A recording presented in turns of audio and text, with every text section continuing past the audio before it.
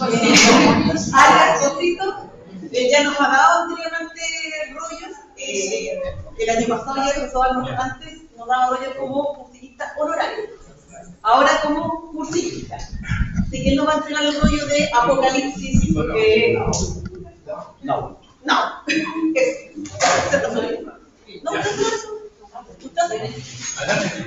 Está comiendo, no puede.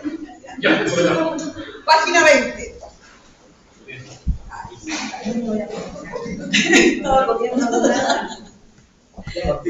Nos ponemos en presencia del Señor entonces en el nombre del Padre, del Hijo, del Espíritu Santo. Amén. Ven Espíritu Santo, llena los corazones de los fieles y enciende en ellos el fuego del amor. Envía, Señor, tu Espíritu para darnos nueva vida. Y renovarás la faz de la tierra. Padre, que has iluminado los corazones de tus hijos con las luces del Espíritu Santo, haznos dóciles a tu Espíritu, para gustar siempre el bien y gozar de tu consuelo. Por Cristo nuestro Señor. Creo, Señor, que estás aquí presente, aunque mis ojos no te vean, te siento en mi fe. Aparta de mí los pensamientos extraños. Haz que comprenda las verdades que en esta ocasión quieres enseñarme, que me decida practicarlas. Habla, Señor, tu Hijo escucha. María, heredera de todas las gracias, tú que escuchabas a tu Hijo y guardabas sus palabras dentro de tu corazón, ayúdame a que escuche y que siga la voz del Señor. Amén.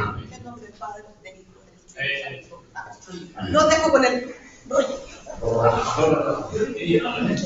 Muy bien.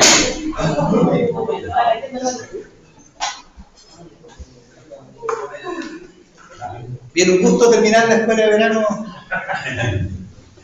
Seguramente les llamó la atención el título, porque Apocalipsis es probablemente uno de los libros más leídos, más citados, más ocupados de la Biblia y el menos entendido. Y se presta por un montón de interpretaciones catastrofistas, ¿no es cierto? El fin del mundo, el anticristo, no sé. Y siempre que hay una embajada en el mundo, aparece alguien diciendo, esto estaba en el Apocalipsis. El coronavirus, ahí está la peste, que no sé qué. El Apocalipsis en realidad no es un libro que pretenda provocar miedo. Eso es lo primero que hay que decir. Yo no sé si vamos a alcanzar a ver todo del Apocalipsis hoy día, pero por lo menos eso hay que dejarlo claro ya. ¿Sí? Por una razón muy simple, si hubiese sido un libro que hubiese asustado a las comunidades cristianas del siglo I, no lo habrían incluido en la Biblia. Evidente. Si lo incluyeron en la Biblia, es porque fue un libro que les dio esperanza. Entonces, lo primero que hay que hacer es entender qué es un Apocalipsis. ¿Sí? Eso es lo primero. ¿Sí? Ahora, primera cosa, el Apocalipsis no es un libro fácil. Hay que decirlo al título. Y es un libro escrito en clave. Es decir, si usted lo lee, probablemente ustedes, me imagino que ustedes leen la Biblia seguido, por lo tanto, en algún momento lo han leído, lo leyeron y dijeron, aquí no entendí nada. Toda la razón. Si alguien lo leyó y dijo, uy, está clarito, lo entendió mal. Porque hay que conocer la clave para entenderlo. El profesor Arturo Bravo, que me hizo clase, siempre decía, si usted, cuando lee el Apocalipsis y habla de un cordero, piensa que es un cordero, lo está entendiendo mal.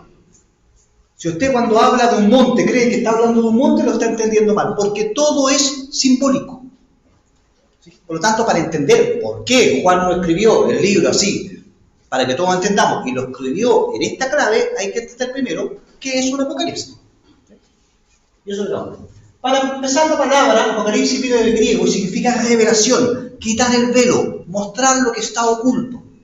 ¿Sí? Eso significa Apocalipsis. ¿Sí? No significa ni destrucción, ni fin de mundo, ni catástrofe, sino mostrar lo que está oculto, lo que no se ve, lo que no se entiende. ¿Sí? Bien.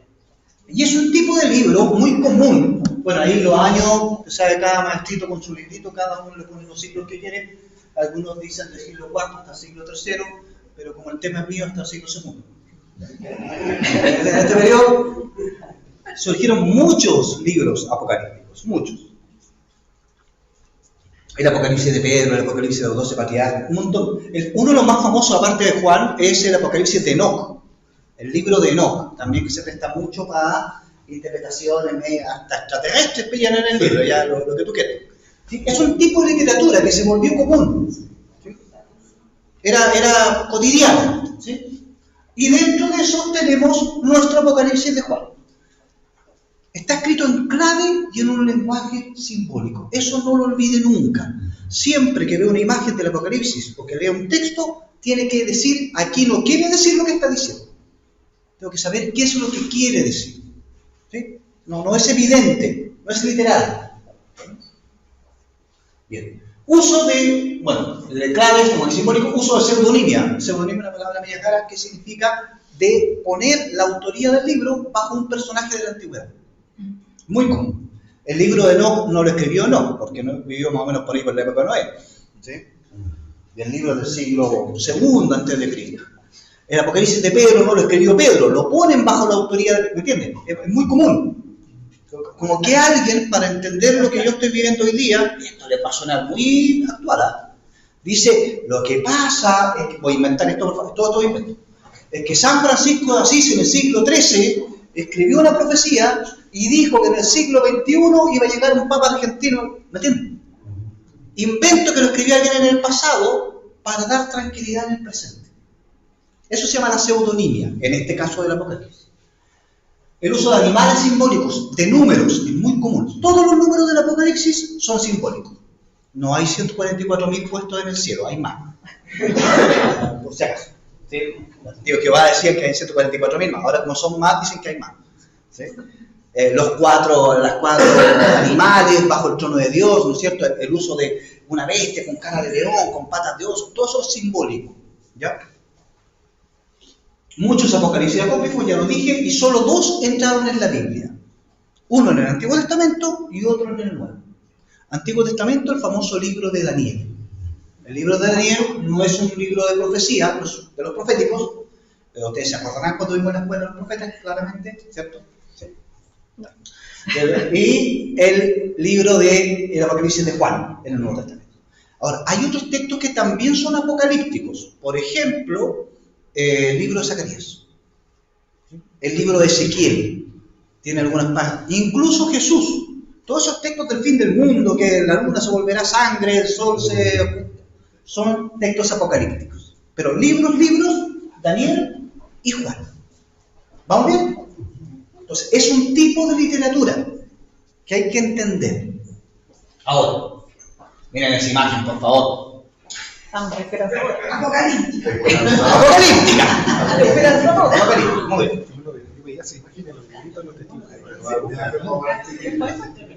Porque el Apocalipsis, en realidad nosotros le decimos Apocalipsis a estos libros por el Apocalipsis de Juan. No se llamaban así ellos mismos.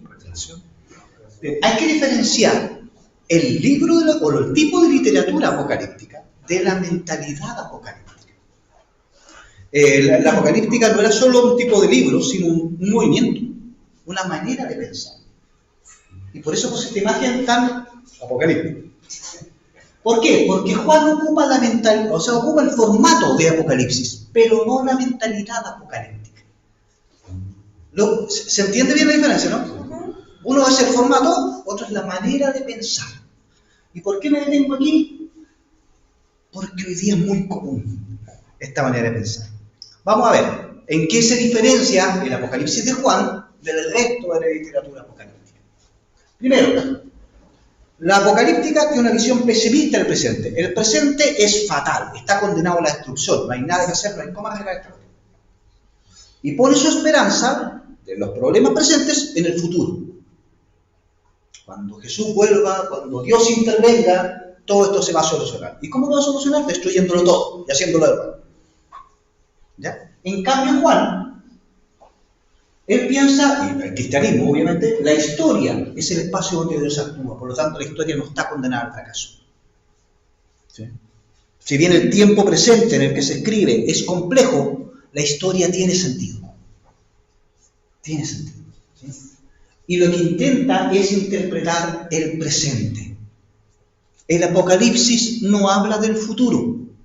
Habla del presente para el que se escribió. Y voy a leer el único texto del Apocalipsis que va a leer todo el día, que es Apocalipsis 1:1.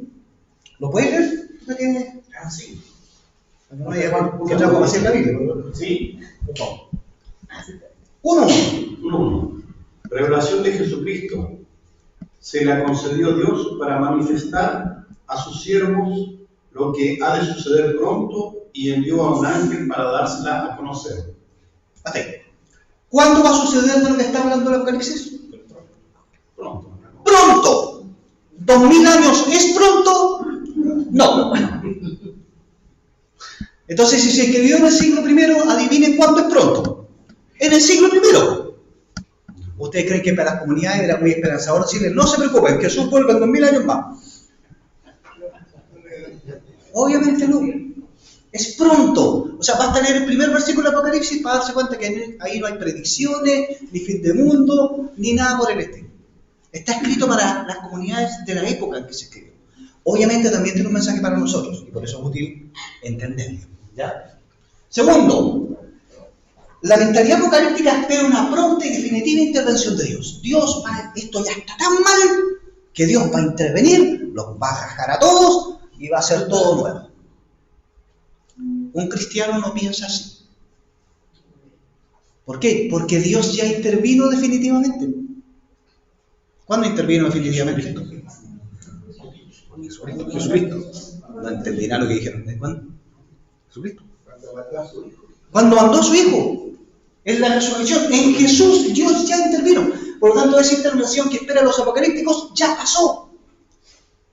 Lo que estamos viendo son los coletazos que quedan de esa intervención definitiva.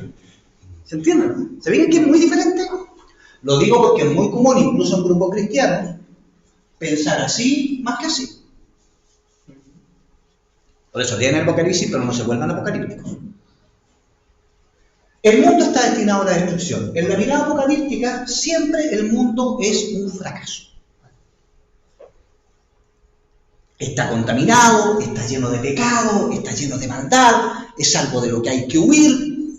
Cuando yo estaba en el mundo, no sé si se escucha por eso, yo sigo en el mundo y sigo igual, pero según él, se salieron del mundo. ¿Entienden? Esa mentalidad que todo está mal. Y lo único que queda es que Dios destruya todo y haga todo de nuevo.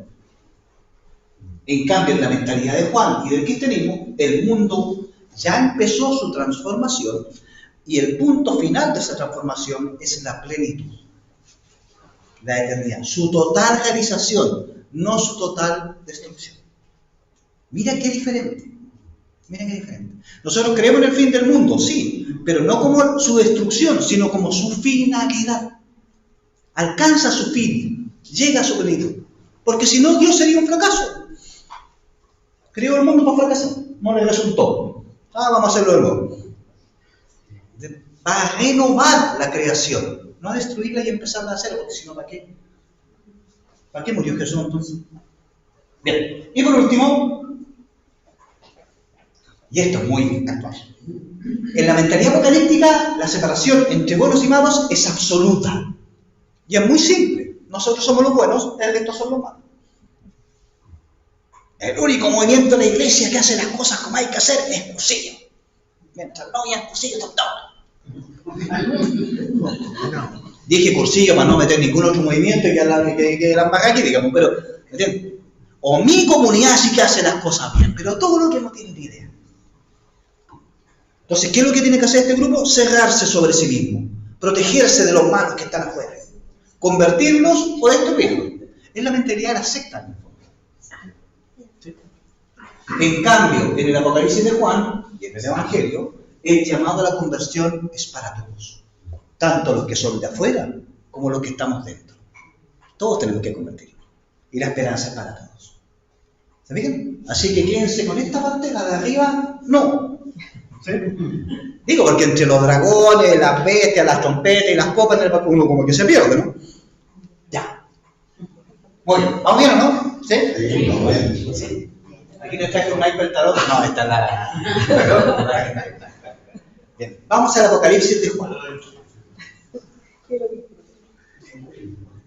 ¿Se acuerdan de las tres cosas? De las tres cosas que había que siempre revisar antes de ver un libro? Lo vimos con Inés, lo vimos con Fabián. El autor, muy bien. ¿A quién está dirigido? Excelente. ¿Y? La fecha. La fecha, muy bien, excelente.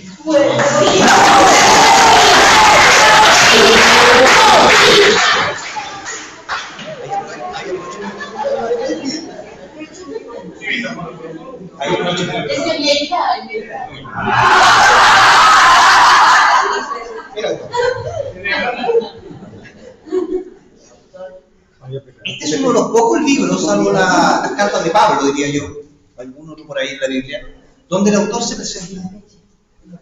Las pocas veces en la Biblia, el libro de Siracia tal vez, las cartas de Pablo, donde el autor dice quién es. Yo soy el que estoy escribiendo. Por lo tanto, aquí no hay pseudonimia. No puso un personaje célebre del pasado, sino que dice el mismo que está escribiendo, yo lo escribí. Y esta es su presentación. Yo, Juan, hermano y compañero de ustedes en la tribulación del reino y de la resistencia en Jesús. Compañero. No, ya vamos a ver por qué ese término tan fuerte, ¿no? Bueno, el problema es que aparte que se llama Juan, no podemos averiguar mucho por eso. Y nos queremos matar. La tradición, hasta el siglo III más o menos, siempre asoció este Juan, obviamente, a Juan Apóstol. Igual que las cartas, igual que el Evangelio. Pero en realidad no fue Juan Apóstol. De hecho, si ustedes ven Biblias antiguas, van a ver que en el Apocalipsis va a decir Juan el teólogo, no Juan el apóstol. Porque el Juan que escribe aquí, ¿por qué sabemos que no es el apóstol? Para decirlo rápido. Porque él habla de los apóstoles en tiempo pasado. Entonces, obviamente, no es Juan. Ahora, el problema es ¿quién es Juan? No tenemos idea. Solo sabemos que no es el que escribió el Evangelio y no es el que escribió las cartas. ¿Sí? Ahí no me voy a meter por ese tema de Fabián, pero es otro Juan. Por eso hoy día le llamamos Juan de Patmos. ¿Por qué? Porque estaba desterrado en la isla de Patmos. Ahí vamos a ver por qué. Entonces hoy día le decimos Juan del Apocalipsis, Juan de Patmos o Juan para los amigos, ¿no? Pero no es el apóstol. ¿Sí?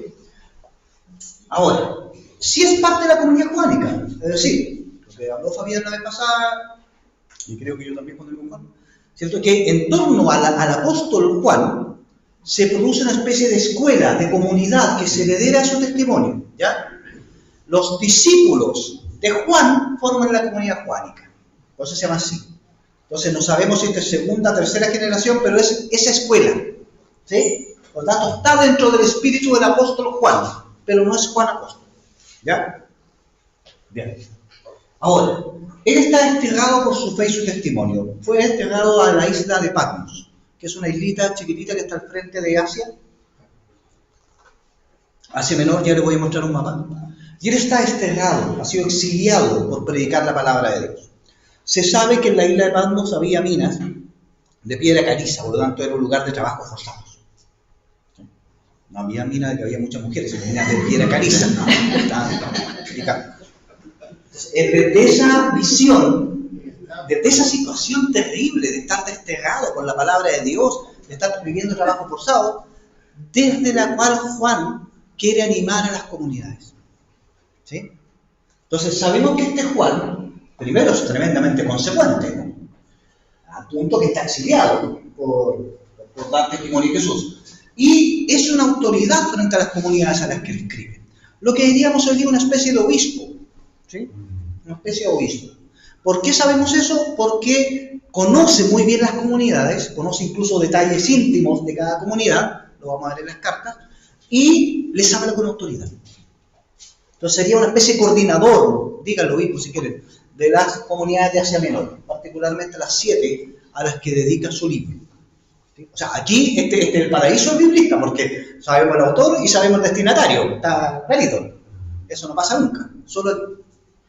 Bien, ¿estamos bien con el autor? Muy bien. Fecha. ¿Cuándo escribió el Apocalipsis? Ayer, no. Lo escribió antes de la fecha, y esto es clave entenderlo. Lo escribió en una época de persecución. Las comunidades, la iglesia está siendo perseguida, y Juan quiere enviar un mensaje de esperanza a esas comunidades que no entienden por qué pasa lo que está pasando. Si Jesús ya triunfó en la resurrección contra el mal, ¿por qué no se están matando todos? ¿Dónde estaba Dios cuando se llevaron a mi hermano y lo mataron por ser cristiano? ¿Cuántas veces nosotros no nos hemos preguntado eso? Si Dios me protege, me cuida y me bendice, entonces ¿por qué me pasa esto? Esa es la pregunta de la Apocalipsis. ¿Entiendes? Es muy diferente. Bien, alude el texto a la persecución de Nerón, la primera a propósito del incendio de Roma, ¿se acuerdan? El año 64, donde muere Pedro y Pablo. Eso lo dijo la Ninette. Y a la persecución de Domiciano en el año 95. 90 en realidad. 90-95. Son muy diferentes. La persecución de Nerón fue por sacarse el pillo con el tema del incendio de Roma. Echarle la culpa a alguien que fuera relativamente sospechoso y no encontró a nadie más sospechoso que los cristianos. ¿Sí? La persecución de Domiciano fue diferente. Domiciano, en el año 90, se proclama a sí mismo divino, Dios. Ahora ustedes dirán, el tipo estaba loco. En realidad, la única rareza que hizo Domiciano fue declararse Dios en vida. Los romanos tenían una ceremonia que llamaban apoteosis. Apoteosis. De ahí viene lo apoteósico, ¿sí? Que es subir a lo divino. Entonces, una vez que murió un emperador, si era bueno, el Senado lo proclamaba Dios. Apoteosis. No me acuerdo cómo se llama cuando era malo, porque ahí le borraban los nombres de todos los monumentos. De Calígula en el mismo momento, porque le borraron todo. Ahora, ¿cuál es la novedad de Domiciano? Que se declara Dios en vida.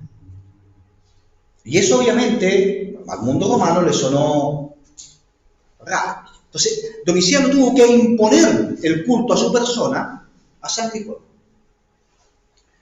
Mira, los romanos en realidad eran súper tolerantes religiosamente hablando. No tenían mayor problema. Si tú querías tener 10 dioses, el problema tuyo, 20, ninguno, el problema tuyo. Eso, lo único que pedían es que tú respetaras el culto al emperador. Pero tú querías adorar a Yahvé, a Isis, a Osiris, a Apolo, pero ríndele culto al emperador, porque era como, no sé, pues, valorar la bandera, cantar el himno nacional para él. Pero los cristianos eso no lo podían hacer. Eso no lo podían hacer. Y ahí empezó el choque. Ahora, a ojos de un romano, no entendían por qué los cristianos se complicaban tanto con esto. Hay un libro que es horrible, no lo lean, que se llama Acta de los Mártires. Y cuenta con lujo de detalles el martirio, por eso es horrible. Ahora, como testimonio cristiano es hermoso. Y hay una parte, no me acuerdo cuál era el mártir, en que tenían que echar incienso a una estatua del emperador. Y con eso se iban para la casa. Si se negaba, lo torturaban y lo mataban. Y el soldado romano le dice, pero echa incienso y te vas para la casa. Y te ahorras todos los problemas. Y aquí te dice, es que no puedo porque yo no creo que el emperador sea Dios. Solo Jesús es Dios. Y el romano, muy a la romana, le dice, nadie te pide que lo creas.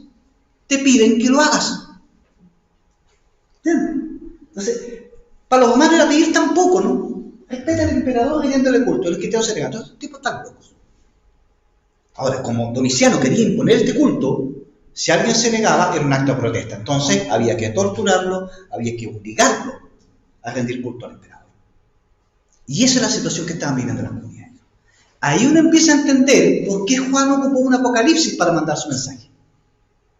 Porque lo veía un romano, tomaba el librito y probablemente le pasaba lo mismo que nos pasaría hoy día. Son puras visiones raras, este tipo de cual está fumando, este tipo de... Lo leía un cristiano que más o menos conocía el Antiguo Testamento y decía, entiendo lo que quiere decir. ¿Entiendes? Por eso está escrito en clave, porque así solo el que tiene que entender el mensaje entiende de qué se trata. Si conociéramos más el Antiguo Testamento, probablemente nos sería muy fácil el Apocalipsis. Ahí tenemos un problema nosotros, digo.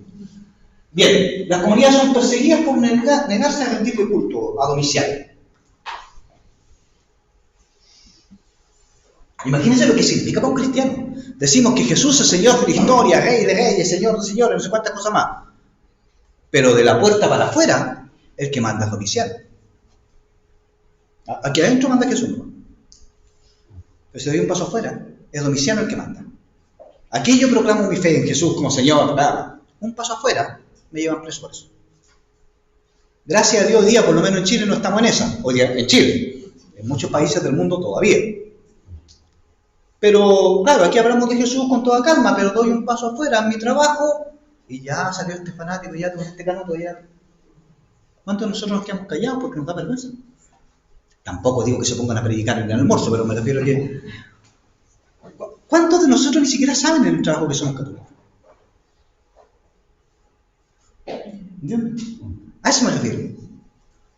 Por hecho, el Apocalipsis no habla del futuro en el sentido de que predica, pero pucha que es actual. Pucha que es actual. Hoy día no nos matan, pero el ridículo a veces hace que nos peleemos. Bien, estaría escrito en torno al año 25. Bueno, esos dos caballeros tan simpáticos ahí es Nerón y Domiciano. Que se parezca a Milei de la Riga no tiene nada que ver. Bueno, todo esto se parece un poco, ¿no? Pero ese es otro. Bien, el de abajo es Domiciano. Bien, aquí está, para que se ubiquen. ¿A quién le escribió? ¿Cuáles son? Ahí está Patmos. Esa islita de ahí, ahí estaba la cantera.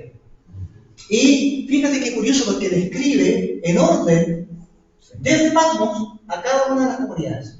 Y aquí había una carretera. Entonces está el mismo orden en la Apocalipsis. Esas son las 7 comunidades a las que escribe. Aquí está, puse, disculpe que está en inglés, pero para que se ubiquen por Grecia, Creta, probablemente ahí se ubiquen mejor donde está. Turquía actual. Bien, las 7 iglesias de Asia Menor. Pero como ya les dije, los números en el Apocalipsis son todos simbólicos. Y el hecho de que sean 7 comunidades implica que son para toda la iglesia. El 7 significa plenitud, perfección. Por lo tanto, también es para nosotros. Estas 7 iglesias son símbolo de todas las iglesias. Interesante también que la iglesia es una iglesia de comunidades. ¿Sí? También. Bien, son comunidades que están siendo perseguidas por su fe, ya lo vimos. ¿Sí? Pero que también viven conflictos internos. No me voy a extender en eso porque ya Javier lo explicó la semana pasada, o sea, la escuela pasada. Todos los conflictos en la misma comunidad juánica, de los que hablamos la vez pasada, bueno, esos conflictos también internamente los vivían las comunidades. Entonces, eran palos por los dos lados. Porque ya uno dice, por último, ya nos están masacrando afuera, pero aquí en la comunidad estamos calentitos. No, en la comunidad también había mucho. Entonces, era obligatorio para Juan mandar un mensaje de esperanza en medio de ese despelote. Juan las llama a la resistencia y a la esperanza. Por eso se ocupa el concepto de resistencia. Porque no se trata solo de hay Biblias que te usan perseverar. Pero perseverar es como perseverar en cursivo. Perseverar. No, acá es resistir porque está todo en contra, ¿no? En ese sentido. E intenta explicar el sentido de la persecución. ¿Por qué Dios permite esto? Si Él gobierna la historia. Y eso nos lo hemos preguntado todos más de alguna vez en la vida. Bueno, a eso contesta el Apocalipsis. Dios, como Señor de la historia, ¿cuál es su acción? ¿Por qué estamos sufriendo esta persecución y cuál es su sentido? Ese es el objetivo de la Apocalipsis. Y en ese sentido, el Apocalipsis sigue siendo muy amplio. Muy amplio. ¿Vamos bien? ¿Preguntas hasta aquí? ¿Sí? Puse ese afiche porque, mira, de todo lo que yo he visto de películas sobre el Apocalipsis, hay de todo, hasta zombies. Esta es una colección de películas, que son 21 películas, que se llama, la serie se llama La Biblia, súper originales para poner el nombre, serie La Biblia, y va del Génesis al Apocalipsis. ¿Y por qué es interesante? Porque está hecho por una productora italiana y es una producción católica. Es una producción católica. Hay películas muy... La de San Pablo, creo que alguien la vio, son 2. La de Jesús el maestro de Galilea, es hermosísima, son 2 también. La de Jeremías, bueno. Y hay una que se llama El Apocalipsis. Le puse la ficha para que lo ubiquen. Véanla. Está muy bien hecha y creo que explica muy bien el libro, además es preciosísima la película. Los efectos visuales son un poco chantas, pero ya, no estamos hablando de Señor de los Anillos, es una película más sencilla. Bien, ¿cómo se ordena el libro? Aquí hay un problema porque en general depende del autor el orden que le dé. ¿Sí? Hay una división en 2 partes que es clara. La primera parte que tiene que ver con la presentación y las 7 cartas a las comunidades y el resto del libro. Así que este esquema probablemente no lo va a encontrar en su Biblia. Es el esquema mío. Eso. Sí. Ahora mío, no porque se me ocurrió hoy día. Bueno, tiene una presentación que es todo el capítulo 1, donde aparece quién es el autor y la primera visión de Jesús, ¿no? Porque la revelación, ya lo leyó un poco, Juan, Iván, Juan, se los traje. No, Iván, claro, la revelación es de Jesucristo. ¿Sí, no? Revelación de Jesucristo, no de Juan. Es Jesús el que va a aclarar las cosas. A través de Juan. Bien, luego hace una revisión de la historia desde la mirada de Dios. Juan sube al cielo, en el trono de Dios, y desde ahí va a mirar la historia pasada, presente, la persecución y futura de la comunidad. ¿Sí? Va a tomar distancia desde Dios. ¿Cómo se ve esto? ¿Cuál es su plan? Segunda parte. Eso que vio en el cielo va a mostrar cómo se va realizando en la vida de las comunidades. Ya, muy lindo lo que me dijiste de Dios, ya, pero ¿cómo yo veo eso aquí? Segunda parte. La misma historia, pero ahora desde las comunidades, desde su realidad. Tercer paso, la misma persecución, la misma historia, pero ahora desde el triunfo definitivo, desde la llegada del reino. ¿Cómo se ve este hecho puntual desde el final? ¿Sí? ¿Y cuál es su sentido? Porque la persecución, por muy dura que sea, lo que Juan quiere mostrar es que es solo una etapa del camino. Las comunidades tienen que resistir ¿para qué? No para ser chora y decir resistimos igual. Tienen que resistir para lo que viene después. Porque la historia de la iglesia va a seguir. Y el imperio romano, por muy grande que se vea, es solo un momento de la historia. Porque el triunfo ya está asegurado. Y por último, un saludo a Esperanza, yo le puse así, que en realidad es la conclusión, el cierre del libro, la despedida. Porque en realidad todo el Apocalipsis es una especie de carta. ¿Sí? Ese es el esquema general. No sé si alcanzamos a entrar en detalle. ¿Sí o no? ¿Sí? Sí, está claro, porque mi idea es que tengan un punteo de cada una de las etapas. Yo te autorizo. Gracias. La presentación. Capítulo 1. Por ahí no sé si cachan mucho. ¿Alguien leyó el Apocalipsis antes? Sí. El título, el resumen del libro, que es lo que leyó Iván, ¿cierto? Luego, el saludo inicial, en nombre de Dios, Trinidad, digamos, el Padre, el Hijo y el Espíritu Santo. Y la presentación del autor, yo, Juan, hermano, ustedes. Y luego, Juan salta al tiro a Jesús. ¿Sí? Y Jesús mismo se muestra. Y hay una imagen muy bonita donde aparece Jesús, por eso esta imagen fue la mejor que encontré, lo siento. Paseando, él dice que lo ve paseándose entre los candeleros, entre 7 candeleros, que son las 7 iglesias. Entonces, es muy linda la imagen porque es visualmente ver a Jesús en medio de las comunidades. Y dice, y tengo en mi mano 7 estrellas, que son los ángeles de las comunidades. Aquí, las comunidades las tengo aquí en mi mano. No se confunda, yo no las he soltado.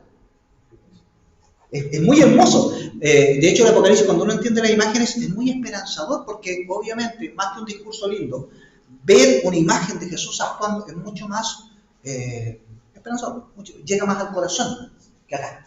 ¿Sí? Bien, y ahí parte.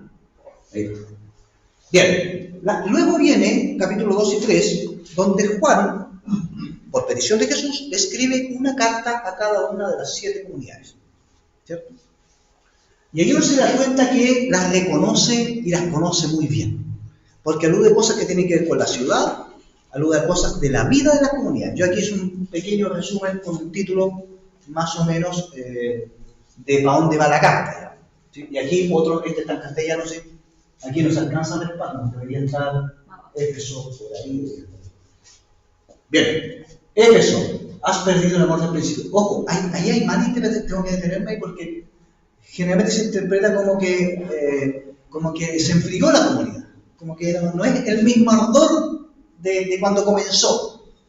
Y generalmente yo cuando he visto retiros en buenas cartas dicen eso, hay que recuperar el ardor. No es el ardor, es el amor primero. Es una comunidad que vivió un conflicto, superó un conflicto, separó a aquellos que estaban deformando la fe, pero a costa de la caridad. Y el amor primero es la caridad, por sobre cualquier otra cosa. De lo que nos hablaba el Padre la caridad, como se llama. Esmirna, una comunidad pobre y esperanzada. Aquí hay comunidades que les va muy bien, comunidades que les van... No sé si les suena conocido. Comunidades que van bien, otras que poco. Pérgamo, una comunidad que está en conflicto. Tiatira, doctrinas equivocadas que confunden. ¿Qué doctrinas? Las que vieron con Fabián. Sardes, una comunidad que se va apagando. Es una comunidad que se está muriendo. y no se da cuenta que se está muriendo. De esas comunidades que se ven así mismas, no, sí, vamos excelente. Y cada vez los que vamos excelentes somos menos. Y nadie se da cuenta. Nadie dice, oye, algo está pasando. Se va muriendo. Porque se acostumbró, porque se aganó, diría mío, se quedó ahí. Y piensa que va todo bien, cada vez son menos, da lo mismo. Bueno, es que los jóvenes están perdidos, los jóvenes están perdidos. El mundo está equivocado. Apocalíptica. Filadelfia, una comunidad que resiste, y la Odisea, una comunidad tibia. Esta sí que es tibia. Esa famosa frase de no eres ni frío ni caliente, eres tibio, y por eso una frase hermosa, misericordiosa, por eso te voy a vomitar de mi boca. Porque eres tibio. Ahora, no significa que sea poco comprometido, lo que pasa es que en la Odisea tenía muchas vertientes de agua, y una eran aguas amargas calientes y otras eran frías. Pero el agua de la Odisea no era muy sana, entonces siempre tenían que traer agua por un acueducto. Entonces, si el agua estaba tibia, los de la Odisea sabían que esa agua estaba contaminada, entonces había que botarla.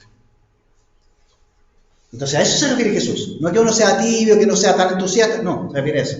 Si es tibio, es porque esto está envenenado. Entonces, tiene que vomitar de su boca aquello que le haga mal, aquella que le haga veneno. A eso se refiere. ¿Bonito? Bien, ya que entramos en la primera mirada, la mirada desde Dios, vamos a subir al cielo y ver cómo ve Dios esto que estamos haciendo. ¿Viste? Ya hay una clave interesante para aplicarle a Dios. ¿Qué diría Dios si nos viera haciendo esto? O diciendo esto, o organizando esto de esta manera. Bien, aquí está una visión. Se me olvidaba. El tema litúrgico está muy presente en la Apocalipsis. Todo parte con la liturgia en el cielo. Todo es una liturgia. Está lleno de cantos al medio. Es casi teatral. La visión del trono de Dios, una visión magnífica. Luego entra el Cordero, que obviamente ustedes ya saben que es Jesús, evidente, muerto y resucitado. Es un Cordero degollado, pero que estaba en pie. Obviamente recuerda el misterio pascual, ¿cierto? Y este Cordero recibe un libro de parte del trono de Dios sellado con 7 sellos, o sea, totalmente cerrado, perfectamente cerrado, 7 sellos. Ustedes saben, ha visto las películas que tienen que romper esto para poder desarrollar. Y es interesante porque cuando se pregunta en el texto, ¿hay alguien que pueda abrir el rollo y leer? Y no se encontró nadie, dice. Y ahí interesante donde dice, y Juan se puso a llorar. Dice, qué sensible, ¿por qué llora? Porque está hablando de las comunidades. El problema de las comunidades era esa, que él no se explica lo que está pasando. Y cuando nadie le puede explicar por qué está sufriendo lo que está sufriendo, claro que llora. Y está bien llorar, y está bien alegar, porque Dios me lo tiene que explicar, porque tengo que entenderlo. De repente nosotros mismos nos latigamos y decimos, no, es que no me puedo enojar con Dios por lo que me está pasando. No puede enojarse. Porque el llanto y la rabia hacia Dios también es oración. ¿Sí? Bien. Llega el Cordero, toma el libro de los 7 sellos y empieza a abrirlo. Es decir, 7 etapas. No piensen que son 7 etapas cronológicas, sino que es un símbolo también de la totalidad de la historia. Ya les aviso, un spoiler, el sello 5 es el presente de las comunidades. Entonces, es como esta imagen la ocupa Carlos Mestre, un gran biblista latinoamericano. Dice, mira, el libro de los 7 sellos, dice él, es como que uno va viajando de Conce a Santiago en la noche y de repente se despierta asustado, no sé si le ha pasado, se despierta asustado, no sé dónde está, ¿sí? Llama a la auxiliar y dice, oye, ¿dónde vamos? Y dice, mire, ya pasamos, salimos de Chillán, ya pasamos Talca, vamos llegando a Rancagua y en 2 horas estamos en Santiago. Tú dices, ya. ¿Entiendes? Está oscuro, no tienes manera de comprobar eso. Pero que te digan, ya pasamos por esto, vamos aquí, nos falta esto, tú te tranquilizas. Eso es lo que hace Juan con esto. Ya pasamos por esto y por esto, vamos en el 5.º sello, lo que falta es esto y esto. Y la comunidad se tranquiliza. En el último sello, el 7, empieza una nueva etapa, una nueva secuencia de 7, las 7 trompetas, que van manifestando el juicio de Dios, ¿cierto? ¿Cómo se va a realizar? Al medio, antes de la 7ª trompeta, a Juan le encanta meter cuestiones al medio. Al medio mete estos 2 símbolos que son muy lindos. El libro amargo, donde Juan le pasan un libro y tiene que comérselo, y es amargo o sea, es dulce en la boca, perdón, y amargo en el estómago. Visión tomada de Ezequiel, también tiene que comer un pollito. Y 2 testigos que anuncian del mensaje de Jesús y que son martirizados por eso. Esta parte, antes de la última trompeta, indica lo que la comunidad tiene que hacer. Muy simple, tiene que comerse el librito. Todos aquí tenemos que comernos el librito. ¿Sí? Y si lo piensan, claro que sí. El Evangelio es dulce en la boca. Este tema está saliendo precioso. Pero claro, cuando hay que asimilarlo en el estómago, claro que se vuelve amargo. Cuando hay que practicarlo ya no es tan dulce. ¿O no? Y tenemos que dar testimonio, porque el librito no es para nosotros, no. Hay que dar testimonio, aunque no escuchen, porque en realidad la ciudad no escucha a estos 2 testigos. Entonces aquí Juan también dice, no, usted no tiene que estar sentado llorando por la persecución, usted tiene una pega que hacer aquí. Tragarse el librito y dar testimonio. Y luego viene ya la 7ª trompeta con la llegada definitiva de la reina. Ya tenemos el plan, esto es lo que Dios quiere hacer. Segunda parte, Juan va a decir ya, ¿cómo se ve esto ahora, aquí? No en el cielo, vamos a bajar del cielo a la tierra, vamos a ver ya, aquí, ¿dónde reconozco estas 7 etapas? La historia, desde la historia de las comunidades.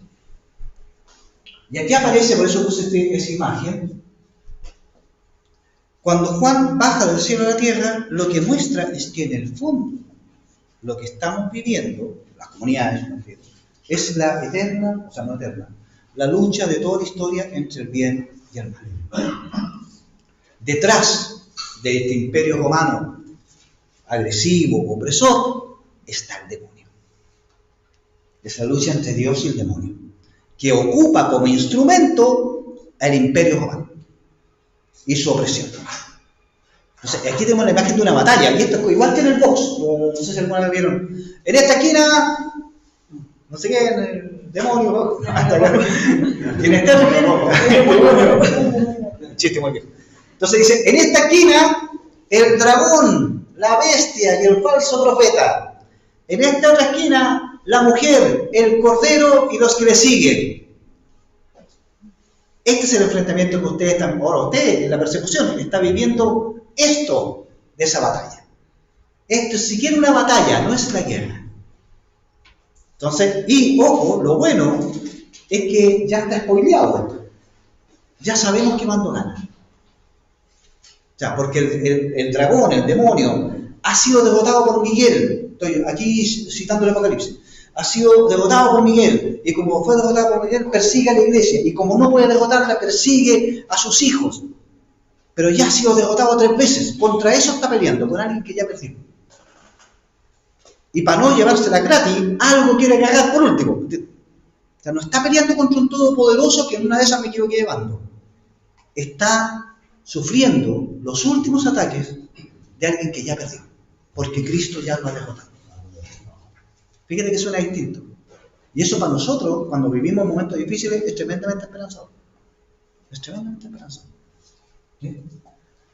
Y aparecen 2 bestias, el imperio romano, la bestia que viene del mar, y otra bestia que no viene del mar, sino que viene de la tierra, que parece un cordero, pero habla como bestia. Uno conoce varios que hablan como bestia, pero no voy allá. Digamos.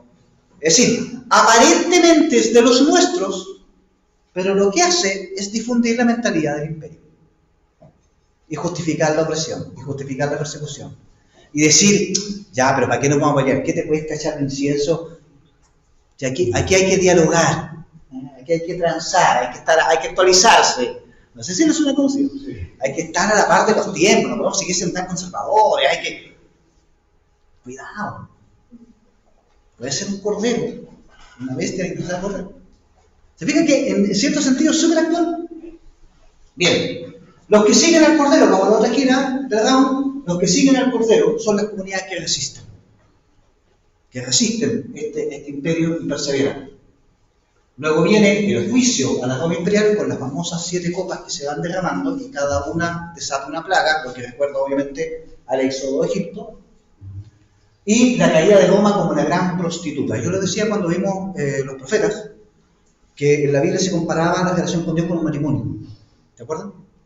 Entonces, Israel, cuando era infiel y sigue con otros dioses, era adúltero. Estaba casado. Pero quien se pone a tener relaciones con quien no está casado, en este sentido, con cualquiera que se agrese, y más encima cobra por eso, se llama prostitución. ¿Cierto? Entonces, ¿qué hace la similitud? No porque los romanos sean todos degenerados, sino que, claro, porque se acostaban con Roma a cambio de dinero. Todos le compraban al imperio, ¿por qué? Porque me beneficia, porque me va bien, porque así hago dinero. No importa que esté sobre la presión, no importa que opriman a esto, que lo esclavice.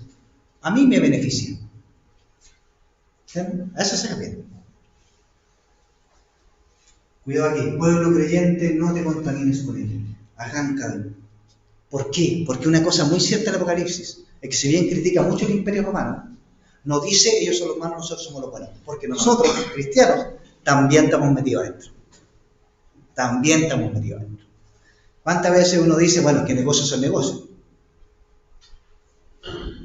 No, es que mi hermano cursillista, mi hermano era... No, es que estos son negocios, porque aquí no tiene nada que ver. Luego cuenta la ruina de Babilonia. Babilonia es una imagen de Roma, obviamente, la gran ciudad opresora, donde fueron desterrados, que eso lo vimos en Pentateuco, ¿se acuerdan? Sí, muy bien. Sería importante recordar todo aquí. Y el canto triunfal del pueblo perseguido, una vez que Roma ha caído. Bien, ya vimos hasta la persecución. Ahora vamos a decir, ok, ya, pero este momentito, que para usted es tan importante, pero es un momentito. ¿Cómo se ve desde el triunfo definitivo, cuando llegue la plenitud de Dios? Y aquí viene la tercera parte. Aparece un jinete en un caballo blanco, que ya había aparecido al principio, que es Jesús, que va a triunfar, ¿sí? Y aquí derrota al dragón, que es el que está detrás del imperio romano, ¿sí? Y sujeta a Satanás por 1000 años. Eso ha provocado el milenarismo, ¿no? Que esta idea de 1000 años cerrado, entonces, y de ahí viene esa tontera del 1000 llegará, 2000 no llegará, que no está en ninguna parte de la Biblia, y todo ese tipo de cosas. Estos 1000 años significan el tiempo de la iglesia. Luego de la persecución, que a usted le preocupa tanto, quedan 1000 años. Lo importante viene después, y al lado de lo que viene después, esto es un momento. ¿Cuántas veces nosotros no hemos sufrido en el momento? Todos podríamos contar historias de eso. Momentos muy terribles, muy dolorosos, que uno dice, bueno, ¿por qué me pasa esto? Y después cuando pasa el tiempo, uno dice, oye, pero si era esto. Eso se refiere. Los 1000 años no son números cerrados, sino que son un número prolongado. Es el tiempo de la iglesia. O sea, ahora estamos en los 1000 años. ¿Sí? A eso se refiere. El mal, en estos 1000 años, el mal va retrocediendo por la acción de las comunidades. La iglesia avanza, a veces a patadas, pero avanza, y cada avance hace que el mal retroceda y el reino de Dios se expanda. O sea, estamos en la tregua de los 1000 años. Por lo tanto, si el reino no avanza tan luego como debiera, el problema no es el demonio, ni la bestia, ni el falso, no. El problema es que nosotros no estamos haciendo esta pega en estos 1000 años de tregua que tenemos que hacer. ¿Sí? ¿Se entiende bien o no? Al final, viene una última gran prueba, que es cuando el demonio vuelve a atacar, digamos, y Dios juzga definitivamente a la humanidad y llega el reino como una nueva creación. No es que al final haya pronosticada una crisis horrible de la iglesia, no. Es una advertencia. Nunca vamos a ser la iglesia triunfante en este mundo. Siempre nos esperan nuevas batallas. Todos cuando salimos a cursillo, hoy estamos convertidos, salíamos pero pegados al cielo. No significa que se acabaron las batallas. Siempre vienen otras. ¿Sí? Hasta el triunfo definitivo, que no depende de nosotros, sino que de Dios. ¿Sí? ¿Vamos bien? Cerramos ahora porque me interesa llegar a los consejitos finales. El libro se cierra volviendo a afirmar que el triunfo definitivo del bien ya está asegurado. O sea, este partido ya está ganado. Usted está jugando por poner un término futbolístico, está jugando los descuentos. ¿Viste ahí? Se está poniendo los descuentos. O sea, ya ganamos 6-0, si que quedan los 5 minutos de alargue. ¿Para qué te preocupáis? Ganamos 5-0. Hagan lo que hagan, no van a ganar. Yo no se angustia, oye, bueno, no esas perdemos. Así de ridículo sería desde la perspectiva de Juan pensar que no estamos ganando. No estamos ganando. El Señor llega pronto, como al principio, y llamado a perseverar en la fidelidad hasta la vuelta del Señor. Y eso es un resumen del Apocalipsis. Ahora, antes que nos vayamos, vamos súper bien. Para vivir el mensaje del Apocalipsis. ¿Ah? ¿Cómo hay? ¿Qué hacemos con todo esto? Les invito a que lean el Apocalipsis, lean los comentarios abajo, siempre los comentarios abajo de la Biblia, pero algunos consejitos que les pueden ayudar. Primero, una mirada desde el Apocalipsis de Juan, no del Apocalipsis. Mirar la vida y la historia siempre desde la mirada de Dios. Cuando tenga que tomar una decisión importante, no se pregunte si le conviene o no le conviene. Primero, pregúntese cómo vería Dios esta decisión que voy a tomar. ¿Estaría de acuerdo con lo que estoy haciendo? ¿Con lo que voy a hacer? ¿No estaría de acuerdo? Imagínese así como Juan que subía al trono de Dios, imagínese el mismo, imagínese frente a Dios. Y dice, mira, tomé esta decisión. Imagínese qué tal respondía Dios. ¿Estaría de acuerdo? Segundo, reconocer en la realidad, en mi vida, en la historia, en la vida del país, del mundo, los signos de la acción de Dios, porque están ahí, pero no son evidentes. Hay que revelarlos. ¿Sí? Hay que mostrarlos, porque no se ven. Requiere discernimiento descubrirlos, pero ahí está. ¿Sí? Comprometerse con la vida de las comunidades. El Apocalipsis no fue escrito para una persona sola, fue escrito para comunidades. Comunidades que luchan, comunidades que resisten, comunidades que tienen conflicto interno, comunidades que a veces no se entienden, comunidades que a veces se desilusionan, que a veces fracasan, comunidades como nosotros. Pero comunidades. ¿Sí? Si usted no está comprometido con la comunidad, difícilmente va a entender el Apocalipsis. ¿Sí? Luchar contra el mal y sus instrumentos. Aquí se requiere inteligencia y discernimiento. El demonio nunca actúa directamente, siempre actúa a través de estructuras, personas, situaciones, y hay que ser capaz de reconocerlas, denunciarlas y luchar contra eso. Esto es un llamado al compromiso. El Apocalipsis es un libro muy militante, ¿eh? ya creo que se dieron cuenta, ¿no? Un libro que nos llama a protagonizar, ¿no? Resistir a la mentalidad dominante. Esto tenía que decir. Frente a la propaganda del imperio que sea, ¿eh? ¿Cuántas veces nosotros no caemos y decimos, bueno, si aquí hay que ser tan cuadrado? Dale. Hay que adaptarse, porque si no vamos a perder gente, la gente se va a ir porque somos muy cuadrados, Entonces, por sumar, vendemos la cabeza. El Apocalipsis nos invita a no vender la cabeza. Tampoco se trata de ser ultraconservador y creer que todo, porque se ha hecho así por 1000 años, hay que hacerlo así. Estoy hablando de la esencia del Evangelio, no de si la misa es en latín o no es en latín, y si el rosario tiene no sé cuántos misterios, tiene más, no estoy hablando de eso, de la esencia de la fe. En eso no se puede ser. Y hay que resistir. Y por Dios hoy día que hay que resistir. Por Dios que sí. Ser testigos de esperanza para todos los que sufren. No se trata de convertir a los que sufren, porque no hay nada peor cuando estáis sufriendo que alguien venga a predicarte. Pero usted, hermano, que tiene tanta fe, ¿cómo? Es para patearlo. No, si no es creyente, peor. O si usted creyera en Dios, no le pasarían estas cosas. No, te van a pasar igual. Lo que uno necesita es ser testigo de esperanza para aquel que sufre. No solo rezando por ellos, como lo hacemos en la palanca, sino ser ahí testimonio, estar con ellos, sin predicar, darle ánimo. Porque sabemos que la larga del bien triunfa. Y por último, y esta es una frase que repite al final de cada una de las 7 cartas, y con esto quiero terminar, escuchar lo que el Espíritu dice a las iglesias hoy. Cada carta de las comunidades dice, el que escucha, que escuche lo que el Espíritu dice a las iglesias. Es decir, el Espíritu está hablando hoy día, el Espíritu Santo obviamente. ¿Sí? Bueno, y también está hablando hoy. ¿Y qué nos dice el Espíritu hoy día? A mi comunidad, a mi grupo natural, al Movimiento Cursillo, a la Iglesia de Concepción, a la Iglesia Universal. ¿Qué nos está diciendo? ¿Cuántas veces prestamos oído a eso? Porque no nos habla en una visión, pues, no habla en la historia. Historia, ahí no está hablando. Y el Apocalipsis nos llama a prestar oído, porque sin esto último, todo lo demás es imposible. Solo quien está abierto a escuchar el Espíritu es capaz de reconocer la acción de Dios en su historia. Amén. Amén. Amén.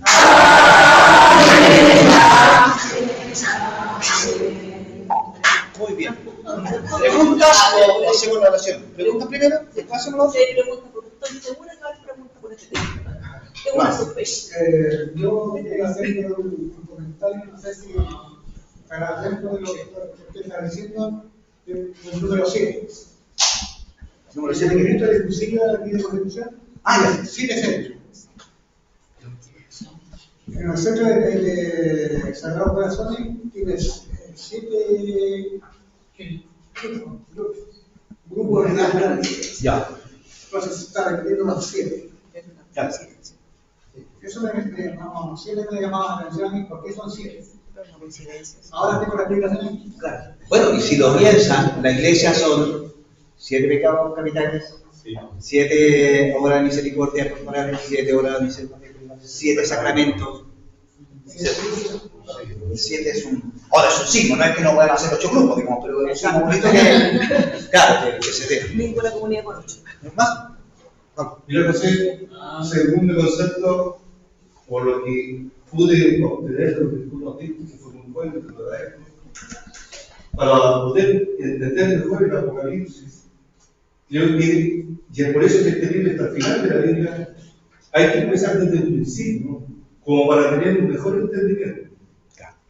Y llegar a la conclusión de que el Apocalipsis nos enseña a vivir el hoy. Exacto. Y a prepararnos para la vida eterna. Exactamente. Es exactamente eso. Muy bien. Por eso, claro, yo le digo, la gente en las comunidades comprendía el Antiguo Testamento fácilmente. Entonces, es como que no sé, pues si hubiese, escúchame, ninguno de los hermanos que eran venezolanos, pero si yo dijera al tiro, oye, aquí la contienda es desigual, ¿ah? Todos cachamos al tiro que está hablando Arturo Prat, el 21 de mayo, con Matanal de Quique, feriado, todo. Hermano venezolano opinaría y diría. Lo mismo nos pasa con el Apocalipsis. Porque estaba. Sí, pero buen dato. Disculpe, pero se me ha olvidado. Por eso las Biblias católicas trae en citas al lado cuando aluden al Antiguo Testamento. ¿Sí? Para hacer eso que dice Jorge. Hermano. Nosotros consideramos el tiempo en que Paul vivió y en los lugares que él vivió. ¿Ya? Fue capaz de escribir este Apocalipsis, bueno, con la voluntad del Señor. Claro, evidente. Ahora, dentro de su contexto, mucho habla sobre el bien y el mal. Y nosotros ahora, aquí, a través del mundo, es como un apocalipsis que se genera en todas partes, en Asia, en América, en todas partes. Y bueno, ojalá Dios sea capaz de hacer valer lo que dice el Apocalipsis. Exacto. Este llamado. Solo una, muy bien, hermano, pero una sola acotación para agregar a lo que usted está diciendo. Es que Dios ya lo hizo. Esa es la clave. Después de la resurrección de Cristo, lo único que queda es la plenitud. Esto lo decía el Padre Pío, no invento yo. Padre Pío decía que la historia es como el reverso de un bordado. Disculpa que diga las, porque generalmente las mujeres más bordan que uno, pero cuando uno borda, tú ves el reverso y se ven un montón de hilos raros que no van a ninguna parte. Y dice, uy, mira que me mueve un montón de hilachas, uno dice, pero si da vuelta al bordado, uno dice, ah, mira que quedó lindo. Bueno, digamos que ahora estamos al reverso del bordado. Vemos los hilos que Dios está tejiendo, pero no sabemos qué está haciendo. El Apocalipsis nos da vuelta y dice, mira, esto es lo que Dios está haciendo. Y al final vamos a decir, ah, por eso. Por eso. Entonces, tranquilidad, que Dios sabe manejar. Déjelo de dirigir tránsito tranquilo. ¿Alguien más? Perdón. No, Es que hay una última frase en Apocalipsis, cuando cierra el asunto, ve el Señor Jesús, Claro. que como que se puede interpretar, bueno, que el concepto que tenían las primeras comunidades es que la segunda venida era próxima, ¿no es cierto? Claro, pero no a esta altura, a la altura del Apocalipsis. Estamos hablando de la altura de Primera Tesalonicenses, de Primera Pedro. A esta altura ya no. Ya no, ya. Claro. O sea, es más bien como un grito de esperanza. Lo que contribuía a este sentimiento de crisis. Pues ya sabemos que Jesús no vuelve al tiro y ahora nos están matando. No nos hemos equivocado. Ya se murieron todos los apóstoles y los que vamos quedando cada vez somos menos. No nos habremos equivocado. Por eso. Si no nos equivocamos. ¿Alguien más? Perdón, no vi quién. Oye, gracias, estimado. Para mí ha sido una revelación. Pero lo que yo quería compartir es que lo maravilloso que es nuestro movimiento, lo maravilloso que es nuestra iglesia, pero nosotros como carisma, a eso quiero apuntar, nuestros iniciadores, que eran profundos cristianos católicos, ¿ya? Y por lo cual, bueno, yo quiso que este movimiento. Y lo que a mí me sucede es que todo lo que he vivido a través de mi movimiento, de iglesia, pero a través del camino posible, está reflejado en lo que tú has explicado y has explicado a nuestros hermanos durante todo el transcurso de esta escuela. Por lo que me refuerza y me invita a seguir y a continuar. Por lo tanto, en la medida que se pueda, su granito de arena. Pero porque se hace vida, y se hace vida en mí, todo lo que tú has explicado, que lo he conocido y lo he vivido ya de posible, de este movimiento. Por ejemplo, tener esperanza. ¿Ya?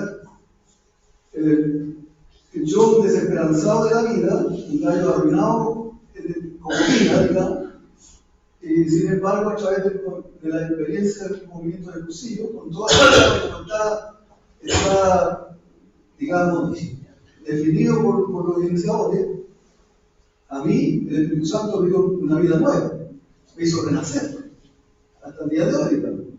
Y tal como lo explicaba tú en todo lo que expresaste, con todas las caídas, con todas las problemáticas de vida que vienen, porque no queda como... Exacto. Sin embargo, tú vas encontrando la respuesta, o vas solucionando, o vas caminando, sigues caminando, a raíz de la ley del Espíritu. Pero yo quería recalcar eso, de que me ha quedado bastante claro, clarificador lo que tú has explicado, y me refuerza a la vida en nuestro carisma. Y creo que también cuando lo has explicado, somos comunidades con problemas, con más o menos problemas, porque somos una comunidad viva, ¿verdad? Que sean todas las cosas que tú explicas, como lo decía Juan, por decirlo. Claro. No, Y sin embargo, la esperanza, resistencia, explícate tú cómo todo, resistir, ¿verdad? Yo creo que todos aquí tenemos experiencia de esa vida, y sin embargo se va dando, que es para la iglesia universal, pero que también nos llega un movimiento como nuestro carisma. Y finalmente, o principalmente, nos llega como personas, con cada uno de nosotros como personas, con nuestra vida.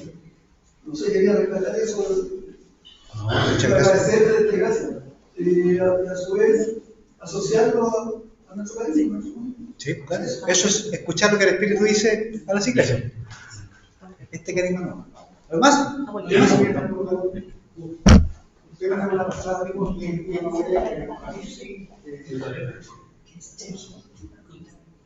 evangélico, que era un apocalipsis evangélico. Ya. Un día hablé con mi hijo y le pregunté, ¿no? El apocalipsis está en toda la Biblia. Ahora, que el evangélico se ocupe más del apocalipsis, es otra cosa. Ah, ya. Claro, depende de lo que queramos decir con evangélico. O sea, el envase es Apocalipsis. El contenido, Juan le sacó la apocalíptica y metió el evangelio. No hay nada, y muy bien dicho, no hay nada que esté en el Apocalipsis que no esté en el resto del evangelio. Porque Juan quiere leer la realidad desde el Evangelio. Lo que hacemos en los grupos naturales. Exacto. O sea, por eso está al final, ¿no? Y Jorge nos decía muy bien. En el fondo resume toda la Biblia. Y el Apocalipsis, su mensaje, no la forma, el mensaje está en toda la Biblia. Porque es una sola revelación en el fondo. Y lo otro que digo que no voy a entrar todo el Apocalipsis en un poco tiempo, porque el tiempo es corto, entonces es largo. A no ser que hagan O sea, son 22 capítulos, más casi como Marcos. Sí. Ese fue el resumen que tuvimos. Entonces, Claro. y a la vez me dijo que le da saludos a todos los hermanos acá presentes. Muchas gracias. Padre Luis también no se acordó de usted.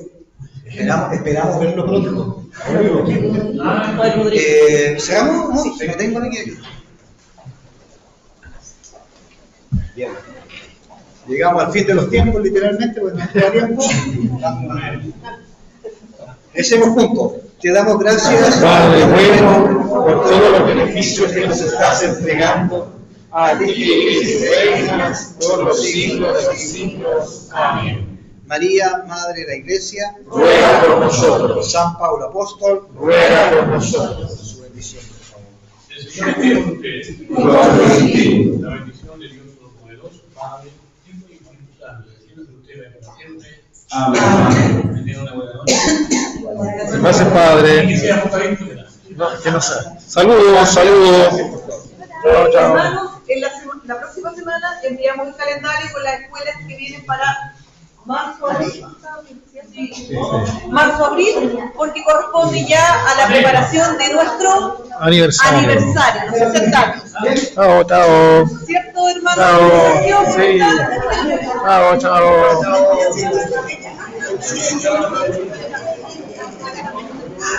está?